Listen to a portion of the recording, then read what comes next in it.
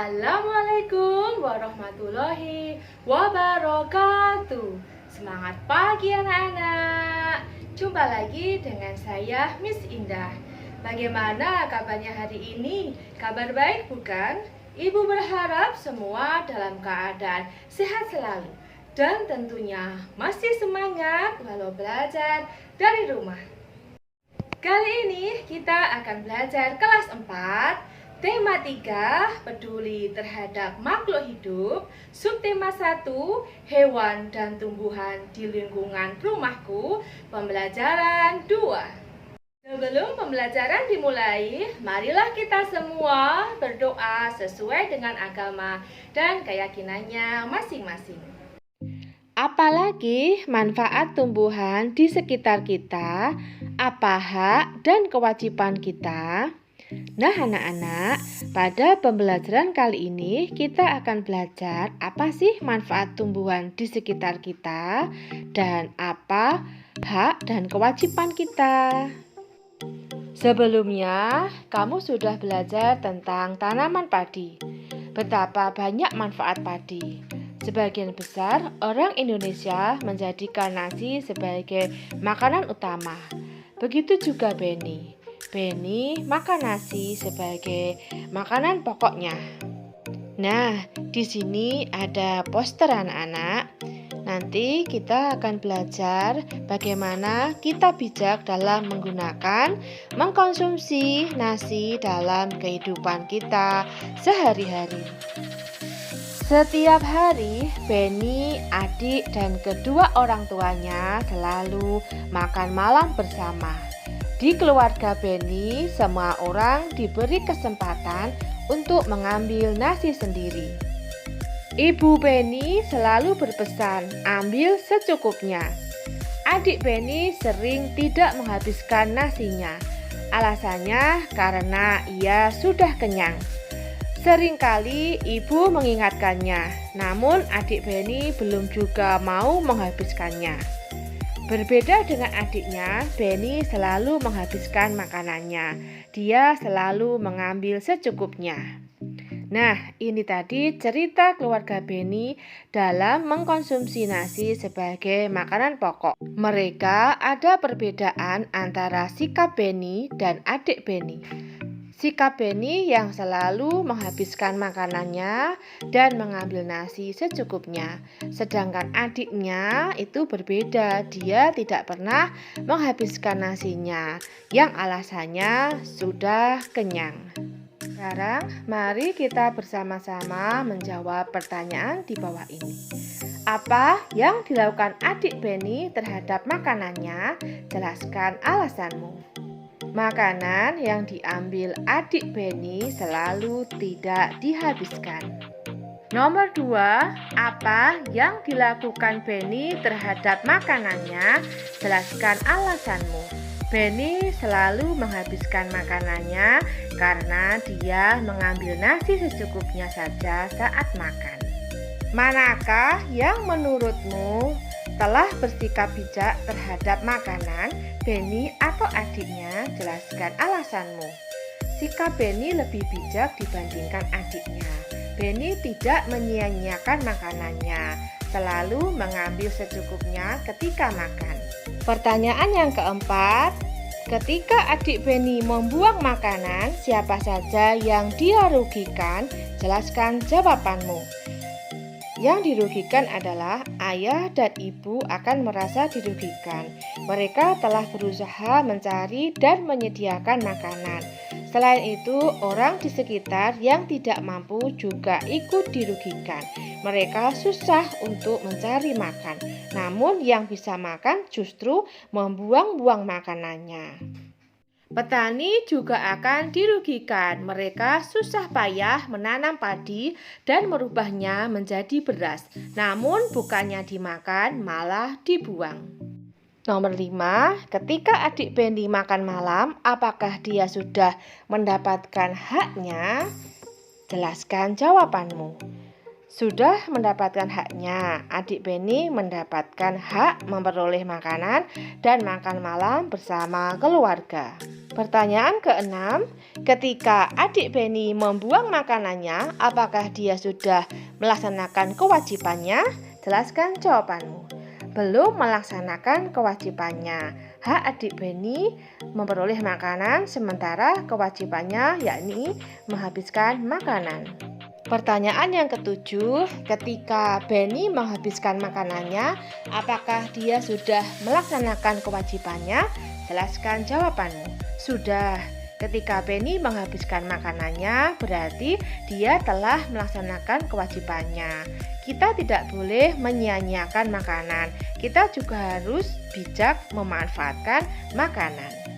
Bagaimana dengan anak-anak? Sudahkah anak-anak memanfaatkan makananmu dengan baik? Apakah anak-anak makan masih bersisa dan membuang makanan?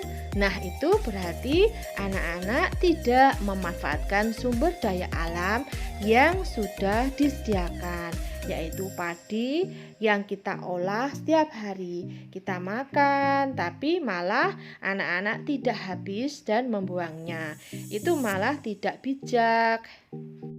Mulai sekarang, ambil makanan secukupnya dan kalian makan sampai habis. Anak-anak, ini adalah proses mempersiapkan dari awal sawahnya sampai menjadi nasi. Sebelum padi ditanam, itu sawah itu dibajak dulu hari pertama. Nah, setelah itu hari ke-21 sampai 30 padi baru ditanam. Setelah itu hari ke-100 padi mulai berbiji. Nah, pada hari ke-120 padi bisa dipanen. Padi diambil dari sawah hari ke-122. Dan setelah hari ke-130 padi dijemur dan digiling. Hari ke-132 biji padi siap jadi beras dan siap untuk dimakan. Jadi prosesnya lama ya anak-anak, 132 hari lamanya. Perhatikan gambar berikut dan amati gambar berikut. Apa yang dilakukan orang pada gambar tersebut? Gambar A, menebang pohon. Gambar B, menanam pohon. Gambar C, menyakiti atau mencabut tanaman yang masih kecil. Apakah tindakan tersebut baik? Mengapa? Gambar A, tidak baik karena dapat merusak lingkungan. Gambar B, baik karena dapat menjaga kelestarian tanaman. Gambar C, tidak baik. Dampak bagi lingkungan. Gambar A, hutan menjadi gundul. Gambar B, lingkungan menjadi hijau. Gambar C, banyak tanaman rusak. Dampak bagi orang lain. Gambar A, hutan yang gundul dapat menyebabkan banjir dan tanah longsor. Gambar B, orang lain dapat menikmati lingkungan yang indah dan udara menjadi segar. Gambar C, orang lain tidak dapat menikmati keindahan dan tidak mendapatkan udara yang segar. Apakah perbuatan dalam gambar tersebut melanggar hak orang lain? Mengapa? Gambar A, ya. Dengan menebang hutan berarti melanggar hak orang lain untuk mendapatkan lingkungan yang sehat. Gambar B, tidak. Menanam tanaman justru membantu orang lain.